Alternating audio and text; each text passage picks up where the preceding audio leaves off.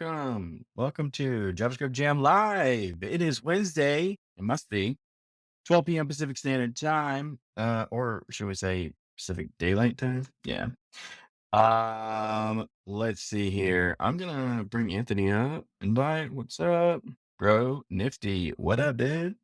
You can join us if you want to. I don't know. It's up to you. Um,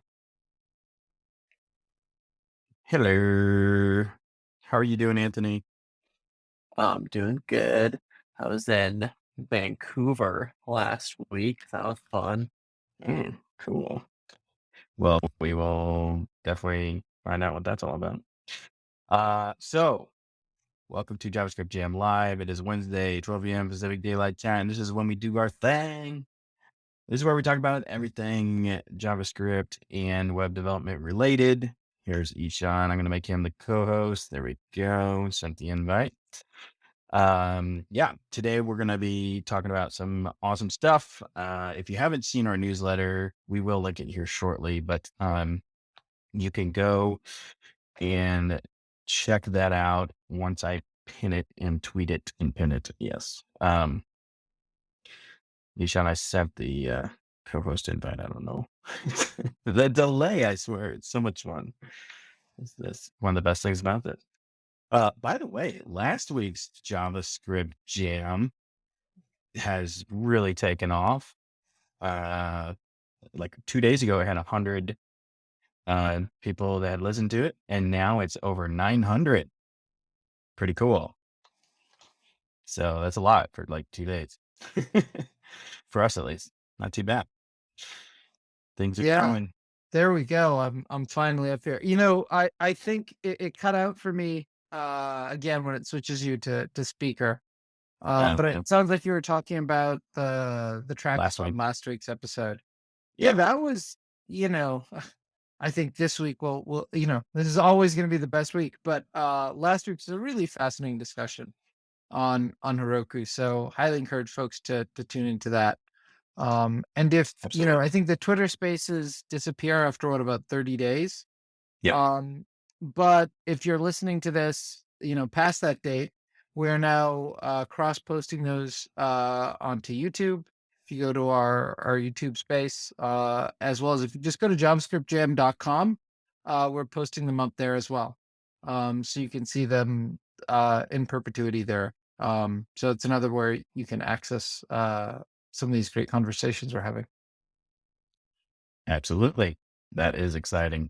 And today we're gonna have Ivan speaking with us as well about some pretty cool things too. So I'll go ahead and invite him up here, just so we have him up here when we get rolling with that.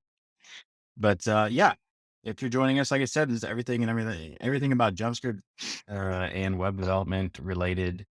And we're about to really kick off today with some fun stuff. So, Ishan, what's up?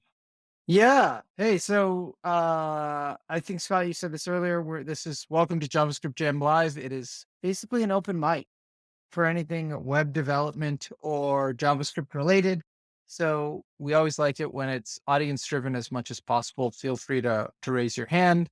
I'm happy to bring almost anybody up to the stage to speak, change the topic or ask a question or contribute. And then as Scott mentioned, we usually send out in our newsletter just some topics for discussion for the week. So I had 3 topics up there to talk about. And the first one I'm going to tell you about so you can think about, which is it's fall. So that means conference season is really upon us. There's the Next.js conference, there's the Jamstack conference. Both are coming up in October and November. So I'm really curious, what conferences folks are looking forward to and what predictions we have for what to expect from them. So I'll let you kind of do that in the background as homework as we move to the other topic, which is why I invited Yvonne here. Which is there was some news this week about, other languages, stealing JavaScript's crown. One of them, no surprise, was TypeScript, and we linked to that article that TypeScript is overtaking JavaScript according to a Circle CI report. And then the other one was, from Azure's CTO, basically saying that Rust should replace, C, C++, and all that going forward. And Rust is gaining a lot of popularity in the JavaScript space as a source of, as an implementation language for tooling we depend on in the development ecosystem. So a lot of our tools are now, being implemented in Rust instead of being JavaScript native that we take for granted in our tooling. And so that we're hearing a lot about Rust, and I invited one of my colleagues, Hello. who's had a lot of experience with Rust. So, you know, for a JavaScript audience, Yvonne, I just want to ask, you know, should how should JavaScript developers view Rust? Should they learn Rust? Why or why not? And how does it compare? Let's just Okay, thanks, Ishan. Let me just give you a little bit of background. So I come from strongly typed languages. So I did a lot of, C++ for many, many, many years. And then I did yeah. Node.js for many, many, many years. And then starting last year, I also then did a significant project in Rust, right? So it's sort of like I've been around on both sides of this Yeah. of everything there, and I think that the answer is definitely yes, right? Like I feel like especially with tooling, seeing tooling in JavaScript community starting to depend on Rust, you do want to you don't want to have that access and understanding at least of the language on which you're depending there.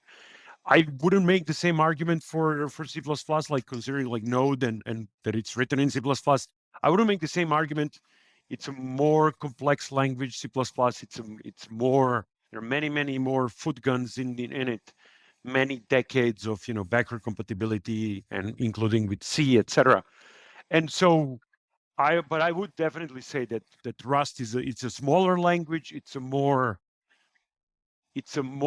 appropriate, I think, and it's closer to thinking to JavaScript than other alternatives out there, non GC alternatives. And so definitely I would say that yes, if you have bandwidth, if you're curious about it and you want to contribute to the tooling, then yes, definitely you learn Rust, right? I would recommend that. Yeah, maybe give some. I'll give some proof points for the listener, right? Like SWC, which is used in JavaScript tooling. Even I believe parts of Babel and Webpack and ES build is written in Correct. Rust. Dino, which is Yes. talked about multiple times, is written in Rust. So you may not. It's kind of like I remember this old commercial in the 80s or 90s for this company BASF, and it was like you don't know the products we create, but we make the products you use better. That's kind of like for JavaScript developers, that's what it's like for us. It's like you don't write in Rust, but everything you use actually has been made better by Rust. And there's an article, I mean, from I think it was from someone, it was actually the DevRel at Vercel, and he said the future of JavaScript infrastructure is Rust. So it's clearly picking up traction. Why do you think like Rust, the why do you think Rust has achieved this kind of penetration into JavaScript tooling? And the advantages of C, C++ make sense essentially to me, but like, why didn't people just keep writing in JavaScript? Why is Rust getting Well, traction? What's your I feel like the gap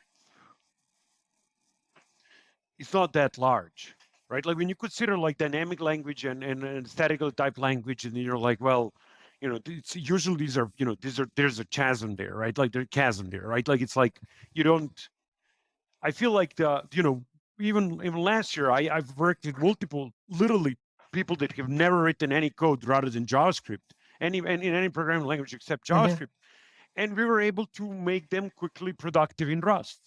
Like I would struggle to I would struggle to think that it would be as easy, even in other languages that are, that are of the same sort of like, look, there is, there is, I don't know, oversell it either. Like, it's definitely a compiled language, right? Like, you definitely need to get your types. You Yeah. definitely need to break some ways of thinking or adapt them. But at the same time, it does, like, to give an example, like it does a lot of, type inference, and actually it depends on that. When you look at it, like the way it works, it is very close to, it is very, it feels much less bulky than other alternatives, right? And there is, I would also say, like, the one of the great thing about Rust is that the compiler is really, how would say this? I saw this tweet from one of the people that maintain Rust compiler, and they said sort of like, we spent decades building smarter compilers or something like that, and we should have spent decades building more empathic compilers, in the sense of like, hey, this is a human is using this. So, all our optimizations are great, but if the human can't understand how to operate this tool, right, of a compiler, well, or it's very much harder than it should be, well, then that's an obstacle to actually writing good code, right? And I feel like the Rust compiler, I think that I've never seen a development or language or compiler, however you want to, whatever the tooling, work more with the developer. When I write code in Rust, I literally have on one side, in JavaScript, the flow would be sort of like run nodemon, the running unit tests, and then on the other side, you have the Visual Studio, or whatever is your editor to open. And then as you're writing, the tests are restarting, like whatever it is that you're using. And then the test will show you as you're working, like what is breaking, what is not breaking, etc.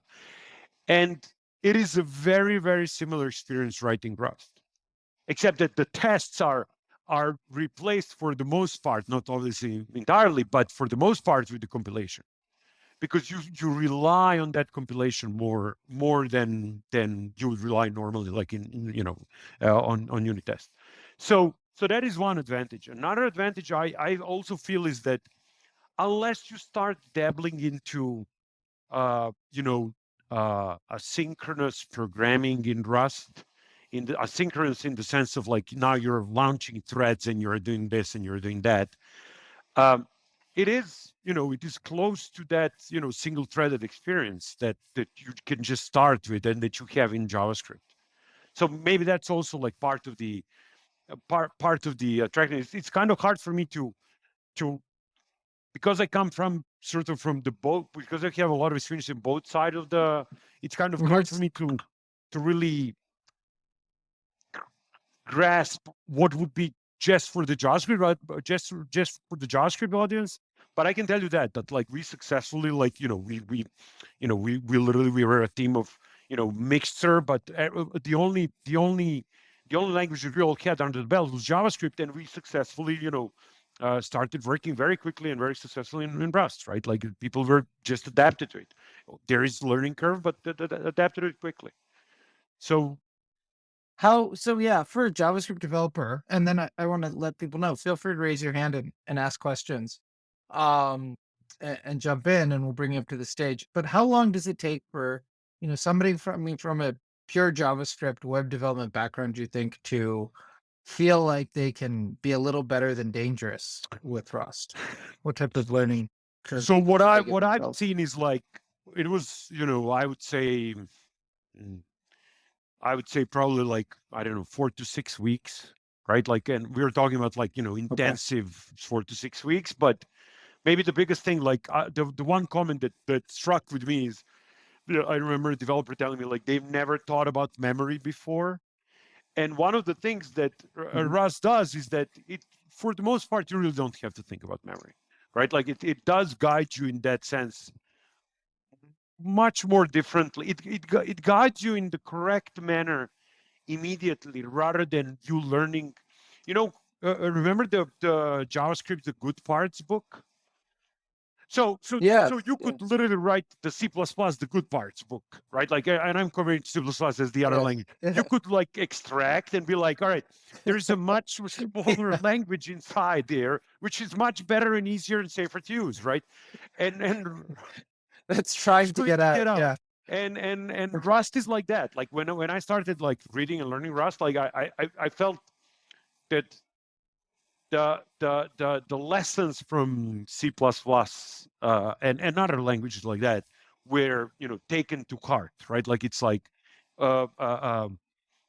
it really tries to guide you in the safety first. Like you sort of like have to take the safety off, right?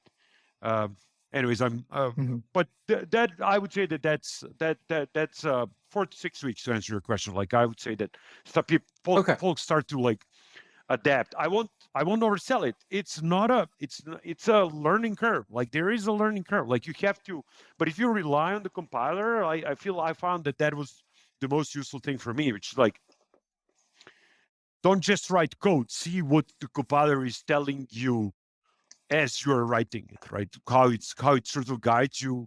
The error messages are good. They usually point well to the place that that actually failed, which is a huge problem in compiled languages. Like so you declared something somewhere else, and then now after many lines, something else fails, right? And the community is also good. Like there's a lot of support out there. There's a lot of good there are a lot of good like references. There's like JavaScript for Rust for JavaScript developers and stuff like that. So you've mentioned this a few times, like a more empathic compiler. And let's just like, I want to just underscore what you just described, which is like you'll get an error from either compiler or even more so a runtime error, and it's where the problem failed, but not where the problem originated. And what you're describing is that Rust takes a really strong making the ergonomics so good that it tells you where you actually made the mistake rather than where the program got confused. Is that probably the right way to say it? Yes, and it not only does it point you to the mistake, it tries to guide you in the solution, right? It tries to sort of tell you the big deal about the biggest stumbling block in learning Rust and thinking around Rust is the ownership of the state, like of the variables, like where you like when you're borrowing or not borrowing it. That this whole thing, the borrow checker, is the thing that actually makes it so safe and allows you to not it allows you to reason more easily around the ownership of the what you're changing, right? Which is a significant source of bugs, like the state of the changing state. This is why we have that's why we have encapsulation and hiding state, because we don't want everybody to be changing state. But when you think about it even further, not only that you don't want anybody to be changing state, you want change to be safe, even in a greater context of a larger program and change, right? And that's what Rust tries to solve. And then when you're like making mistakes in Rust, you see the compiler, or actually people that wrote the compiler going out of their way to try to help you and guide you in the correct use, in what are the modules that you might be missing that are not included, and really going deeper than anything I ever seen before. I remember like in a normal if you were ever worked with C++ templates, like you make a mistake in template, you're looking at 500 lines of error for a single comma that's missing somewhere, right? Like it's a very cumbersome, it's very hard thing to debug, right? It's like, yeah, and I just want to understand, you're saying it's not just that the community does this, it's actually embedded in the tooling. The tooling goes out of its way to do that. When it gives you the error messages and things correct, like that, right? Like the tooling itself, the basic tooling, like, so the developers, the compiler being part of the community, they work on this it's a very important thing for them. which lowers the obstacles all the time, like lowers the obstacles to entry into Rust, into Rust ecosystem and writing in Rust, and it shows, right? Like it shows that they're thinking about humans using this tooling rather than just like tooling existing there to translate something X to Y, right? That I feel like that is a core, one of the core community values there in Rust community. So, that I think is actually a good setup for my next question, which is going to be, what are the key pitfalls you've observed or the key concepts that somebody coming from a JavaScript background should make sure they nail, or where have you seen, common gaps in like hurdles learning Rust if somebody's coming from a JavaScript background? Right. So I would guess one of the things that are the mutability of a state. By default, the Rust states are non-mutable. You don't just go and write stuff into different places. It's sort of like you have to explicitly want to change the state of something. And this sounds like like a thing that's like raises obstacles, but it actually raises obstacles in the right place. It raises the obstacle of like, hey, think about you're now making a change. Reading is easy, right? Like we know from highly concurrent systems, like as long as you make everything read only, you can these are very simple systems to scale. It's the writing of the state, it's the change of the state, it's the propagation of the state that's always tricky, right? Always tricky. In distributed system, is multi-threaded system, even in a single-threaded systems where you get sort of lost. You lose the narrative of like who changed what, right? If you're not careful about it, if you're not hiding state, etc. So it's very explicit in Rust, but again, compiler will guide you and will tell you like you're trying to make something, you're change something. And then the next step after that is like once you started changing something, within a function, in the way Rust thinks about these things is you borrowed something, and there can only be one writer at a time, right? Like it can be written by multiple writers. So then some of the methods that might be changing the state of what you borrowed may not be available to you. Like it will depend on the case, right? Like or you can do for example a search over a map or a set that just willy-nilly. Like you have to sort of get it right. And I have to say, like it is frustrating, right? But it's not. It's sort of like you form a muscle memory after a while. You form a muscle memory of like where the you know how to do this right, so that the borrow checker is, which is this part of the compiler that figures out if it's correct for you to write something somewhere. Borrow checker will be you'll be able to satisfy it. And I have to also say that they make it smarter and smarter every time, right? Like as they're releasing new versions of Rust, it gets easier to write code. Borrow checker also gets smarter. So that is one thing. And then the other thing that is like on the language level. And then another thing that I would say on the more like on the design level of like when you're writing a program, and this is harder, but there are a lot of patterns that you naturally use in JavaScript that you can still continue using. It's just that they are now less optimal, right? They're like, if you think about like object and properties, etc. Like is there a better way to state than to put everything in a map of string to string, right? And then like you need to start thinking about types, and thinking about types in advance it's a skill, right? Like that you need to develop over time. But there's no helping there. Like you just need to do it, and then after a while it becomes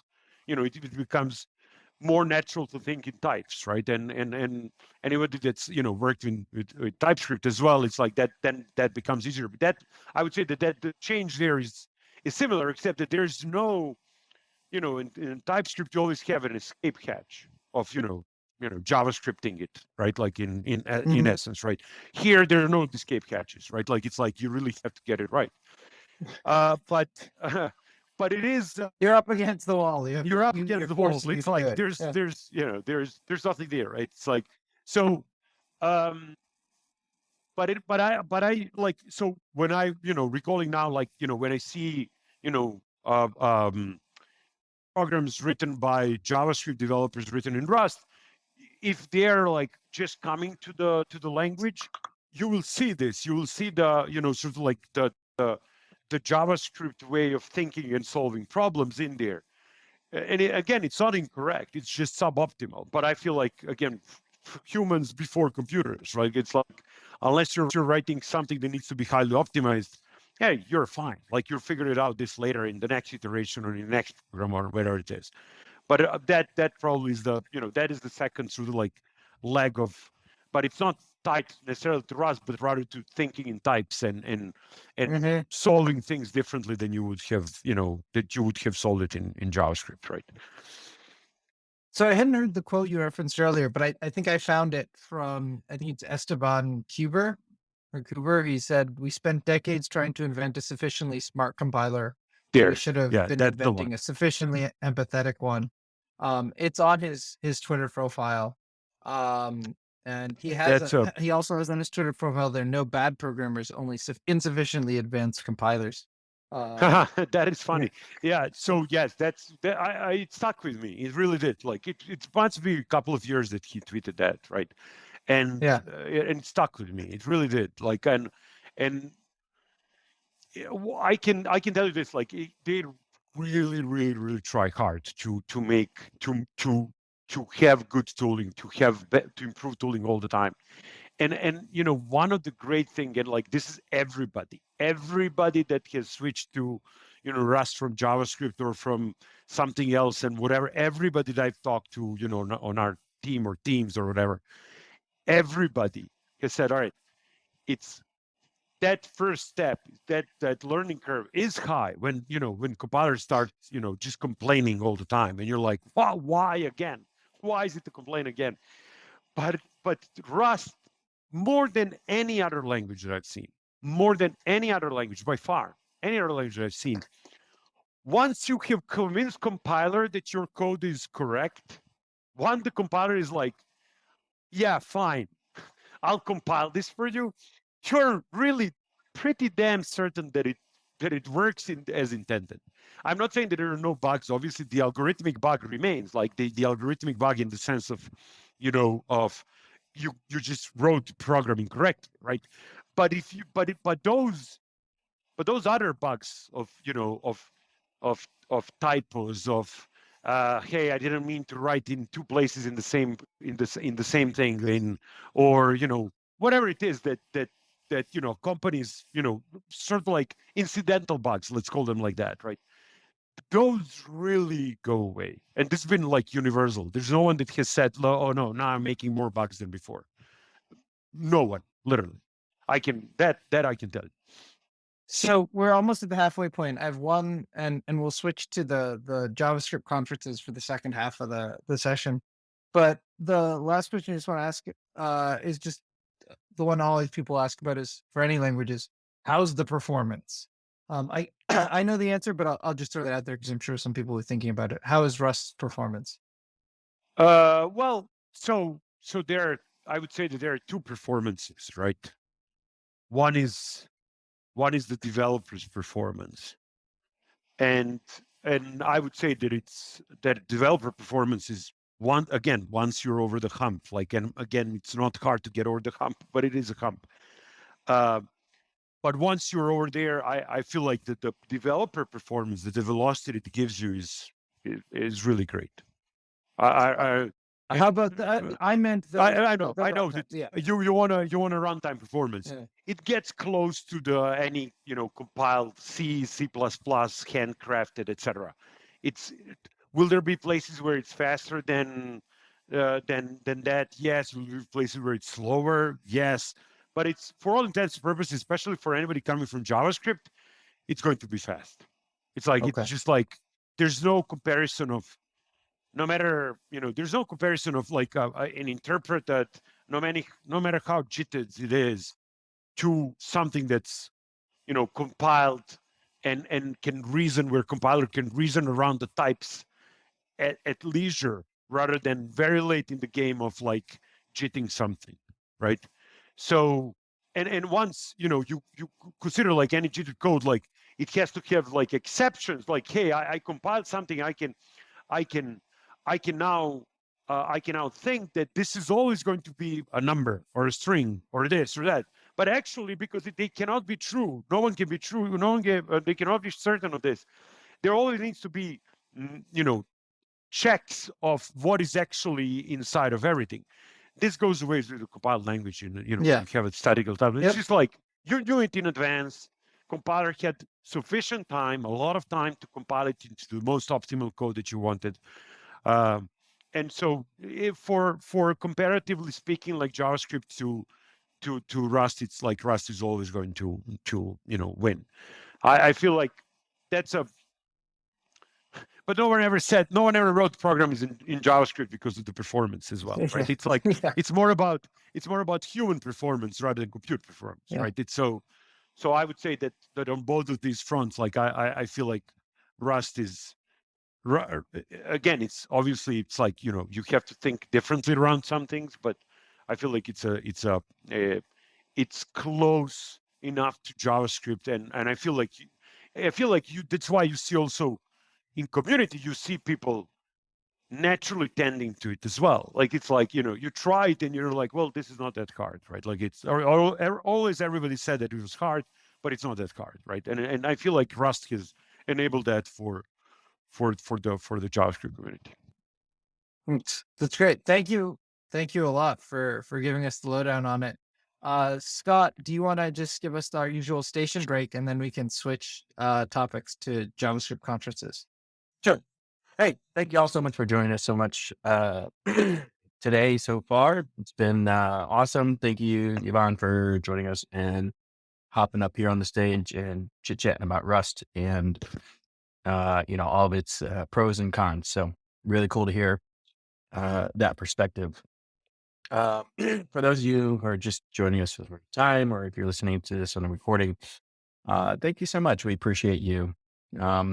And by the way, if you are new to this, or you've been doing this for a long time, developing, that is, it doesn't matter. We want to hear from everybody. So feel free to request to come up, ask a question, or even just make a statement, your opinion, whatever it might be. We'd love to hear from you. In fact, that's like where some of our best conversations have come from, is just from the audience participating as well. So feel free to do that at any point in time. Yeah. So don't forget, this is done every Wednesday at 12 p.m.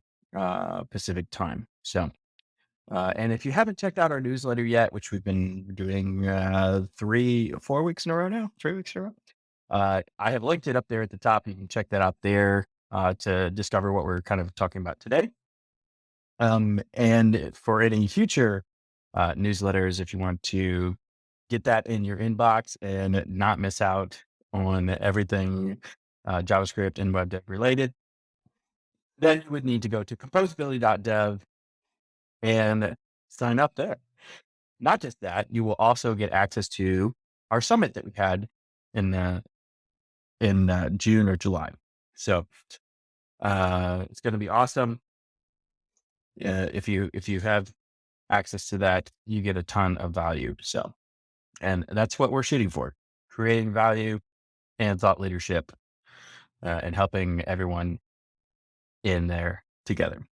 I think Ishan has lost connection here. Hopefully he'll join us back here very shortly.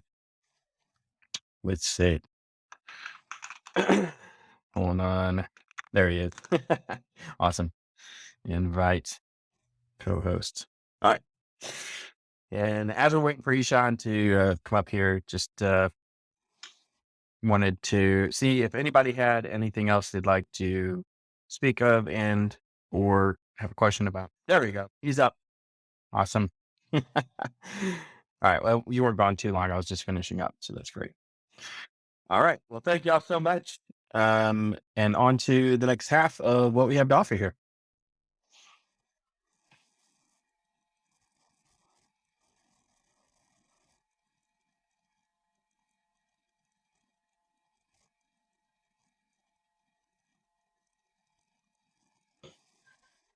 Hey, Ishan, are you there? Yeah, can you guys hear me now? We can. Yes. Yeah, it sounds like I'm having connectivity issues. Uh-oh. So we'll knock on. I'm looking for wood here. But yeah, thankfully, thanks for covering. But if I drop out or I have connection issues or I start breaking up, let me know. One thing I was realizing when I came back on again is why the usability on speaker with faces is an issue. It's on the bottom screen to request screen. So you're like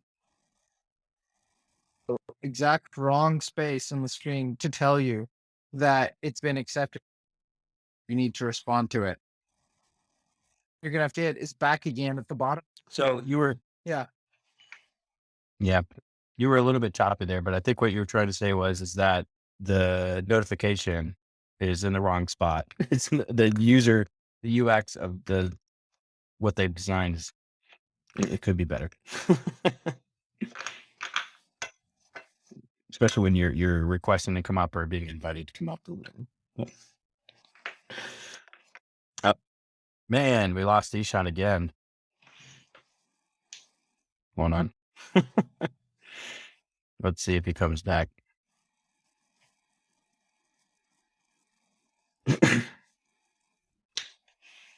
All right, I sent him another invite there.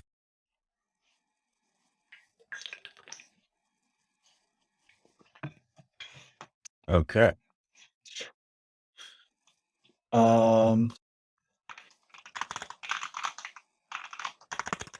Maybe it automatically kicked him into the audience, just because his connection was so bad.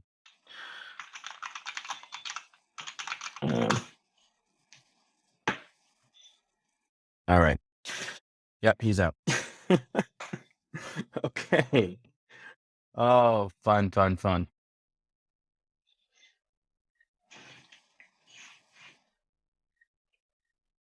So, Anthony, why don't you tell me, why were you in Vancouver? What's up with that? Yeah, it was from Solana Hacker House. So Solana is a blockchain, and they were, building projects for a week. I actually had to go before the final day where they actually showed the projects, so I didn't get to see any of them, but got to just hang out and meet a bunch of people and get kind of plugged into that ecosystem. That sounds like a fun time. Yeah, it's cool. Awesome. Well, glad to have you back here in the States. Yeah, not for very long. No.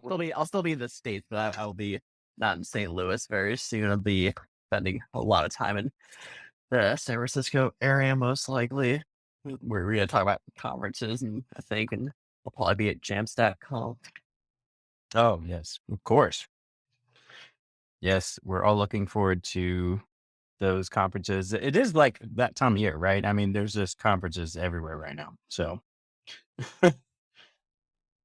yeah, Ishan, I did send you the co-host invite. I don't know if you got it or not.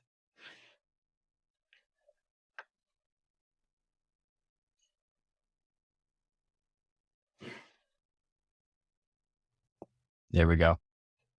Yeah, guys. Sorry. Hey, he's And back. I'm on Wi-Fi. I make sure that I'm on the my better headset for this. Make sure I've got good connectivity. It sounds like maybe I should just reset my phone, so this doesn't happen. But yeah, it sounds like you guys are start talking about conferences, and Anthony was talking about the Jamstack conference he'll be attending.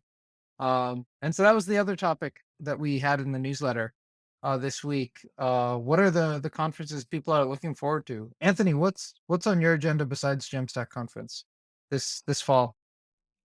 That's the only one right now. Okay. There's going to be a Redwood Summit, but that's not really a conference. It's like the team kind of getting together to just hack on stuff. So that'll be the other kind of big trip I'll be taking. Where is the Redwood Summit going to be held? Is it online or is it in person? It'll be in the Bay Area. Yeah, I mean, it's not like so we're like advertising or anything like that. It's kind of just like a chance for the core team to get together. Okay. And there's Next.js conference, which is Yeah. coming up. Those are, I would think the two. Oh, and Yeah, go ahead. BeatConf. Oh, I actually created a list. I just pinned it in the space here. If you look, my tweet, there's a whole list of events that are before the end of the year. I didn't know if any of those seemed interesting or what people were be looking at, but yeah, that's actually a great list. So there's Next.js is on that one. There's a GraphQL conference, which we've been part of in the past as well. There's also the Evans Data Developer Marketing Conference. Anthony, I don't know if you're familiar with Evans Data at all, or you've attended any of their events in the past. I'd be curious. No. Tell me about it. So they're a organization focused on developer marketing. They've been around for a really long time, actually. And probably when you think back to pre JavaScript ecosystem developer marketing, so more kind of classic developer marketing. And they've often had people from lots of big classic tech companies talk, and they have this conference once a year on developer marketing in the Bay Area. When is that one? That is, let's click through. I think that's in October. I'm clicking through to find out when it is, and it has the list of speakers. Yeah, folks from Like the 25th and 26th. yeah, that's what it looks like. Okay, yeah, so they've been doing this for years now. I've always meant to go, but never managed to make it out there. So I'm not sure if you're familiar with them, but they're another interesting conference. Yeah, I mentioned BeatConf is another one. I think that's going to be a virtual comp, but I'll be curious to see that one because that's Stacklit, I think, is the one behind that, and it's just going to bring together like a ton of different frameworks. So it's called Vite conference, like for the Vite, the web tooling conference. Oh, brought to you by StackBlitz. Yeah, 'cause ViteConf.org. they hired one of the lead maintainers, Attack, and so it's been like they've sort of been shepherding it, I guess, which is pretty cool, I think, because they were integrating like all of these starters into stack lists that use Beat, and so it kind of made sense that the two are very intertwined with each other now. Oh, very interesting. So I didn't realize that. So, and it looks like Evan Yu, the creator of Vite, is going to be there. And just to shout out one of the first, I think it was the first JavaScript Jam episode, way back when on the podcast, if you go to javascriptjam.com, was Evan Yu doing an early demo of Vite. So that's really interesting, and I see that he's one of the speakers there. That's an online conference, you said? Yeah, I think so. They've got a great lineup. I don't know how I've missed this one. That's really cool. Let's see. October 11th to 12th. That's definitely something we should be checking out. Okay. What else is on people's lists? I know that there's the PWA Summit is coming up. That's another online conference. And I had actually on an episode of JavaScript Jam, the podcast, again, if you go to the website, the creators of the term PWA, Progressive Web App. Um, and they were on, let's see if I can find the episode number. Let's see. If you go to our homepage, it should be right on there. Let's see. There it is. Yeah. It's, Alex Russell and his wife, Frances Ferryman, who coined the term progressive web app, were on episode 12. And one of the things I asked them was about, the results from the PWA summit of the previous year. And they showed some very impressive stats. It's tempting to think, PWAs aren't hyped about or buzzed about. But when you look at the things that make up a PWA in terms of, the usage of service workers, and the usage of all the kind of PWA-like features, it's actually higher on an individual feature basis than you'd look at. It's just, in some sense, PWA is kind of blended into the woodwork and you may not realize it. So definitely a conference worth checking out, even if you think PWAs are no longer a thing. They're still actually pushing the web forward.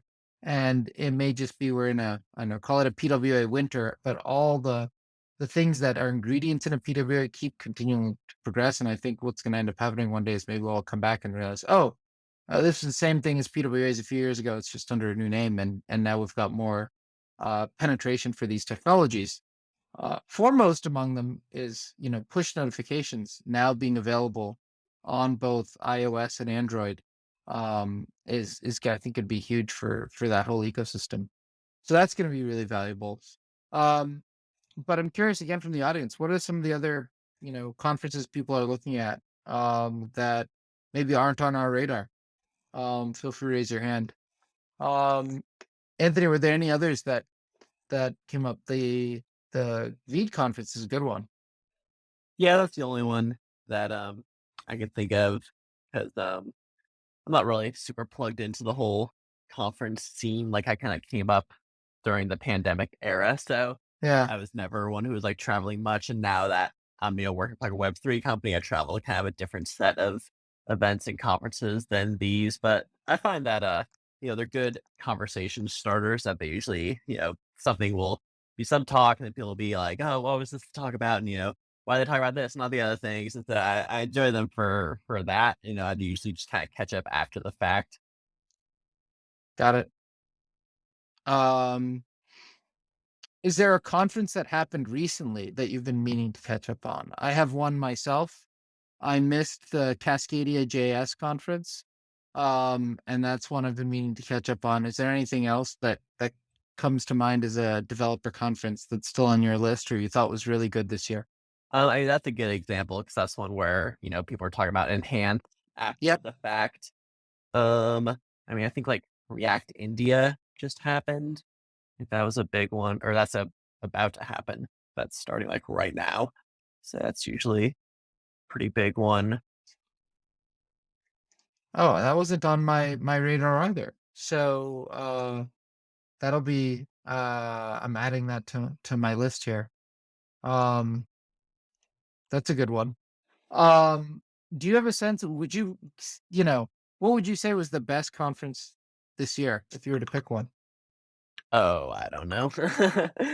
That's I went to Remix Conf. That one was fun, but aside from that, like I said, I'm not really super plugged into conferences. Okay.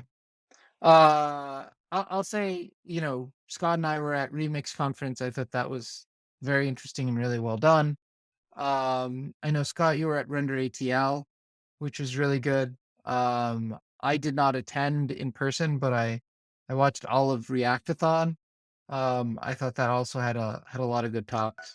And was really good. I think one of the ones you highlighted, Scott, in that list, React Advance, also looks potentially interesting.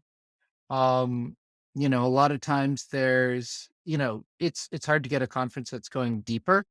And so that's what I'm curious and interested in looking more into. And then there's a conference happening this fall, performance.now. As regular listeners know, I come from kind of a web performance background.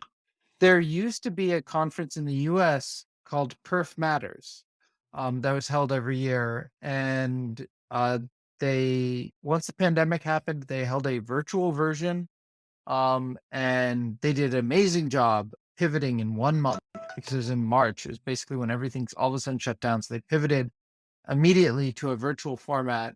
And I hope it didn't burn out the organizer, but I know they did a lot of work to make it work. It was a great conference, but it hasn't come back yet. But the European version of that conference, called Perf Now, is going on. I think it happened last year, and it's going to happen this year as well in Amsterdam in October. So that's one that I'll definitely be checking out, although I won't be able to go to Amsterdam to see it myself. And definitely recommend folks check it out. Another conference that's coming up is JS World. That is a conference I've actually participated in the past. And they have a USA version happening in November. That's another one that I'm interested in following. And another one I've spoken at in the past, but I won't be this year, will be React New York. In fact, I think we might have actually already missed React New York. React Day New York is actually the title. I think that's the one that just happened. Yeah. So that's another one I'd recommend folks check out. A lot of good content in that one. And then again, if there's anybody in the audience, feel free to raise your hand. But the one that we all seem to know is the Jamstack conference and the next conference. Anthony, is there anything, or anybody else in the audience, you want to make predictions on what you expect us to see at either conference this year? Well, I'm hoping to see stuff about like the Jamstack Innovation Fund. I think that was a pretty interesting thing to happen this year, where Netlify kind of like funded a handful of different projects and create like a cohort. And so I'm not sure if they'll kind of highlight that at all at the conference, but that would be interesting. Okay. Anything from a feature or technology standpoint you're anticipating or looking forward to? I know in past, for example, there was the rollout of, edge functions and edge handlers at prior prior years of those conferences. Do you have a sense of what you'd expect for this year, or what you're looking forward to, or you want to hear about? I I think it's probably gonna just like do. Yeah. deeper integrations with the current frameworks. I know they have like a frameworks team now that's kind of in charge of making sure that there's feature parity across like the different frameworks. So be curious to see if there's they've been touting like they have really good Next.js support supposedly now, and they've like built in features just for that. So I think that kind of like building in specific things for the frameworks is probably what I would predict to see more of. Okay, that makes sense. I'll tell you what my expectation would be. The likely prediction is, a lot of this stuff was new last year. And so I think we're going to see more case studies to create more social proof for these new technologies, and then more ecosystem integrations. It's kind of when you roll out a new feature, like phase 1 is the rollout. Phase 2, it's the early adopters, and the late majority aren't going to adopt until somebody else, blazes the trail. It's like, we had the CTO of a company on a previous episode of JavaScript Jam say, I'm not going to adopt a technology till I know like 4 or 5 companies that have battle tested it. I don't want to be the one running beta software. And a lot of this stuff was new, so they're waiting to see how others do. And that's, my next logical prediction is to populate that kind of material, rather than any new features. That would be my expectation. The other thing I'm really curious about is just to see just any new developments with what's happening with Svelte, now that they're under that umbrella as well. So those are mine, so to speak.